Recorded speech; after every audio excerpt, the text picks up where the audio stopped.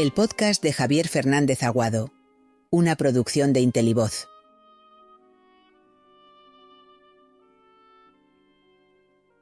Stalin, Hitler y algunos más. Cuando el poder acaba en locura, primera parte. Con ocasión de entrevista a Stalin, Colima 2024, presento algunas reflexiones sobre los paralelismos entre el dictador soviético y el sátrapa alemán. Muchos otros dirigentes políticos, contemporáneos o no, aplican análogos principios lógicos. Para cualquiera medianamente informado y no ideologizado, resulta sencillo poner nombres a esos autócratas. Alguno muy cercano. El periódico Pravda aseguraba en el cumpleaños de Stalin en 1939: «No hay nombre semejante en el planeta al de Stalin. Él brilla como un faro encendido de libertad. Él vuela como una bandera de batalla para millones de trabajadores alrededor del mundo. Ruge como un trueno, amenazando a las perversas clases sociales de propietarios y explotadores. Stalin es el Lenin de hoy. Stalin es el corazón y la cabeza del partido. Stalin es un referente de millones de personas en su lucha por una vida mejor».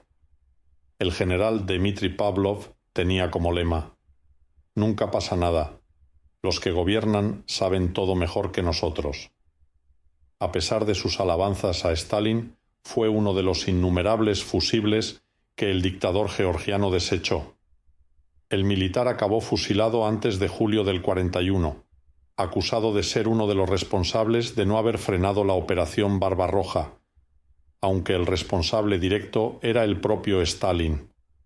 Stalin, que nunca respetó ningún principio ni valor, se atrevió a asegurar que los alemanes eran gente que firmarían un acuerdo hoy, lo romperían mañana y firmarían otro el día sucesivo. Era la mejor descripción de lo que él hacía. Muchos tiranos describen a los demás como si se mirasen al espejo. Gobernar en la dirección del Führer era la obsesión de muchos nazis. Hans Frank, responsable del gobierno general en Polonia, explicitó sus intenciones en un discurso el 16 de diciembre de 1941. Aseguró que le habían indicado en Berlín que había que liquidar a los judíos.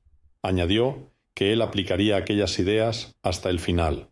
Hitler había señalado el objetivo y sus esbirros pondrían los medios. Meses después de los asesinatos de Katyn, el 3 de diciembre de 1941, Stalin se reunió con los generales Sikorsky y Anders.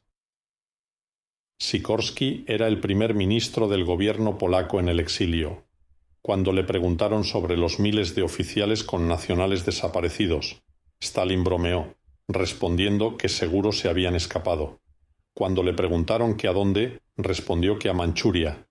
Fue una cruel ironía. Él, en primera persona, había ordenado el genocidio.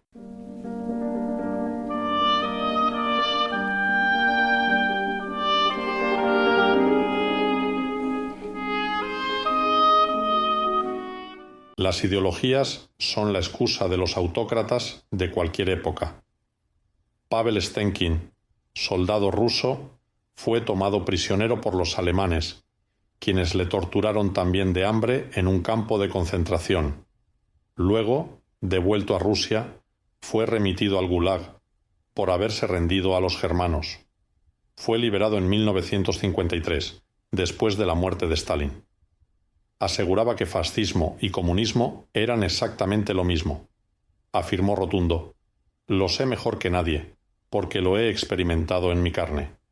Anna Levitska, que conoció los dos regímenes, apuntaló, como muchos millones de sufrientes testigos, que eran peor los comunistas. En los absolutismos siempre aparecen personajes como el despiadado Lazar Kaganovich, que se encargó del traslado de las industrias en Rusia por orden de Stalin cuando los alemanes invadieron el país. Su obrar fue sanguinario, porque su objetivo era contentar al padrecito georgiano. Eso implicó condenar a incontables personas a morir de hambre, porque lo que primó en aquel momento fue la producción de armas. Los sátrapas opresores no entienden de separación de poderes. En marzo de 1942, el obrero portuario alemán Ewald Schlitt mató en un arrebato de ira a su mujer. Fue condenado a 5 años de prisión, porque no había premeditación. Hitler no aceptó el fallo y ordenó al ministro de Justicia, Franz Schlegelberger, que fuese juzgado de nuevo. Así sucedió y el 2 de abril de 1942 fue guillotinado.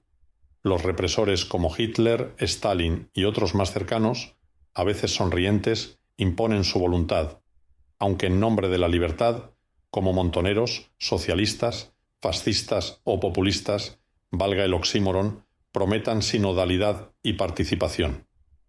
3 semanas después de la muerte del asalariado, Hitler pronunció un discurso en el Reichstag en la que explicitó que quien no se sometiera sería inmediatamente despedido y o enviado a un campo de concentración.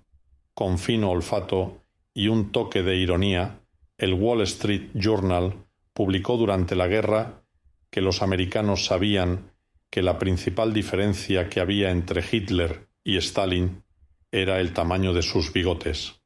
Lo mismo que hizo Hitler con los judíos, lo ejecutó Stalin con algunas etnias. Especialmente sangrante fue el acoso a los calmucos, que afectó a unas 100.000 almas. Fueron trasladados por orden de Stalin a Siberia. Allí falleció un altísimo porcentaje, muchos de hambre, como los judíos en los guetos. Beria informó a Stalin el 4 de enero de 1944 de que 26.359 familias, 93.139 individuos, habían sido cargadas en 46 trenes especiales y remitidos a Siberia. Según datos oficiales, en 1959 habían sobrevivido poco más de 60.000 a las inhumanas condiciones impuestas por los bolcheviques. Muchos habían batallado en Stalingrado en el bando ruso.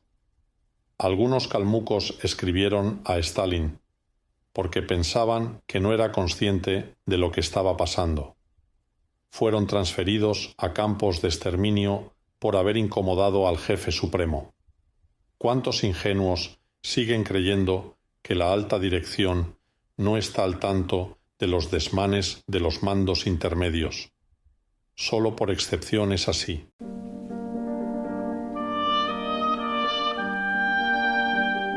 El podcast de Javier Fernández Aguado, una producción de Intelivoz.